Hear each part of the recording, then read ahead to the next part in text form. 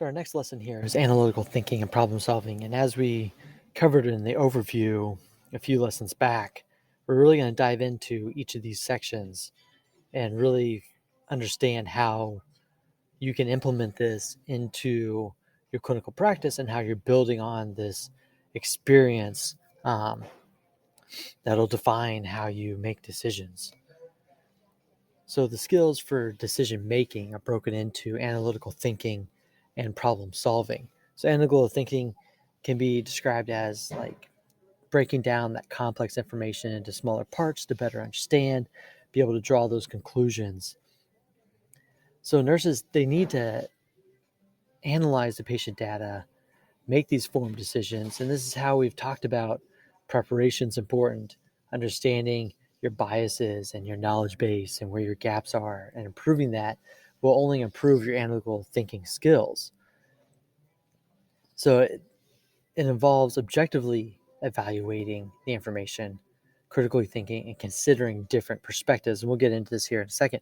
And then problem solving is just more of a methodical approach that entails identifying, analyzing, and resolving an issue. And we'll get into why that last part is so important.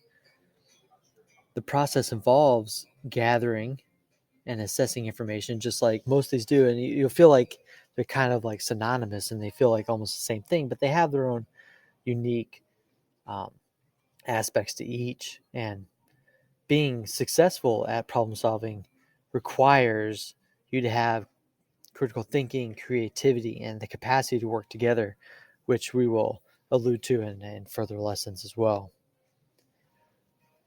So the first part of analytical thinking is just data analysis. So you need to gather, interpret, and essentially write it down, because we'll get into on the next part why it's so important to write it down. So when you're gathering this information, and data analysis kind of feels like a computer science type of term, something that doesn't seem like it's important to nurses, but it is essential to collect the pertinent information from various sources, such as the patient record, medical literature, and report sheets, so that you can start interpreting that.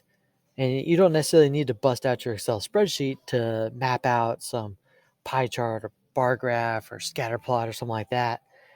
But this is why we write it down, is just to see if there's any trends. We group things together so that we can start seeing how things cross play, and that we're able to actually develop that skill of seeing that one thing is affecting the other, when before we may not have realized that certain medications are causing other things, and different types of scenarios that may play out because of certain situations or issues that get brought up from medical history and everything else. And we'll get into a lot of these whenever we get to the patient scenarios after we do all the lessons here.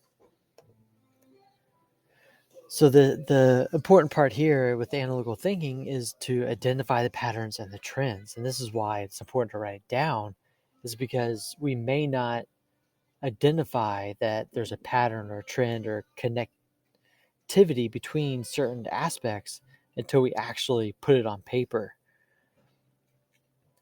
And all the clinical knowledge that you've gained through school, research articles, and certifications, clinical practice allows you to recognize these commonalities.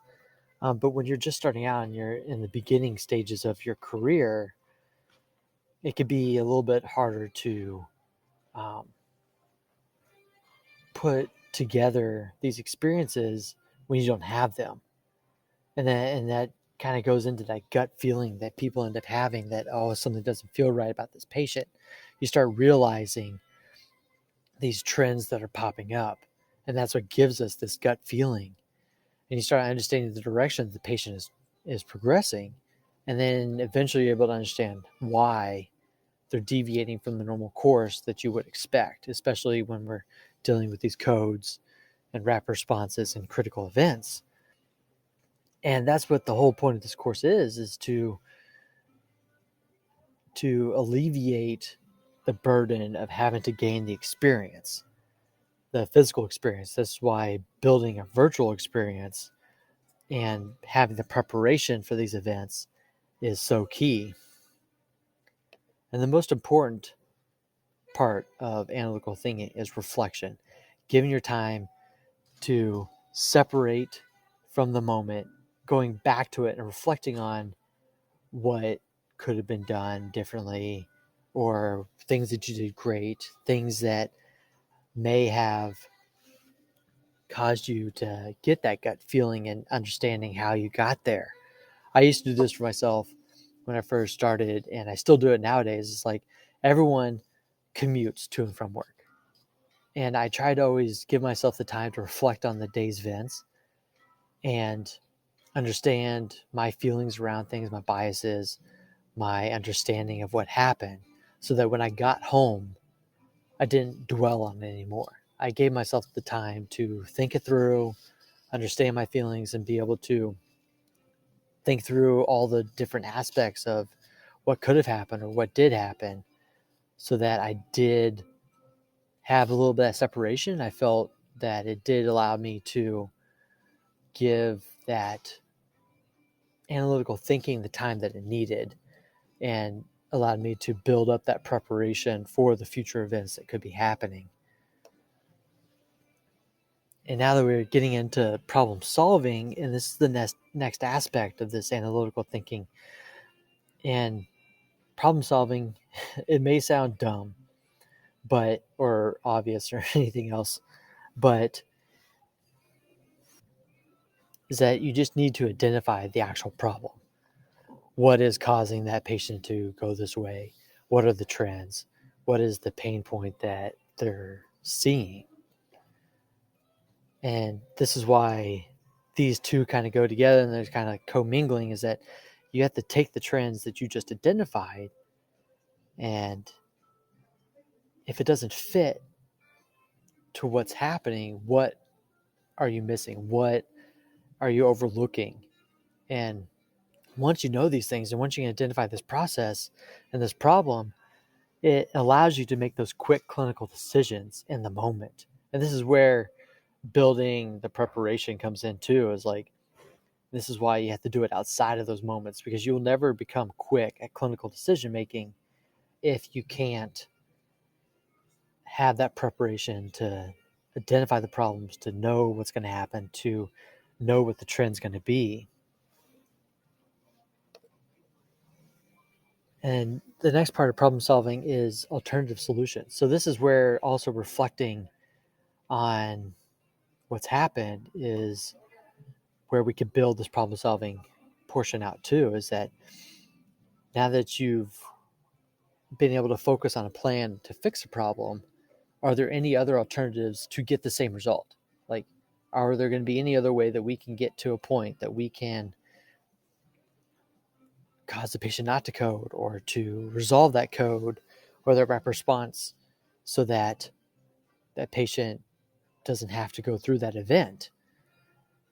And being able to know what alternatives are there allows us to adapt and apply alternative solutions to similar problems to fit that patient. And that's where, in those critical moments, it can seem like some people have the like always has the right answer, but they've been able to adapt and change the minutia of certain issues and clinical decision making to adapt to that patient and make it fit for that patient, even though they're following the same trajectory as they did before.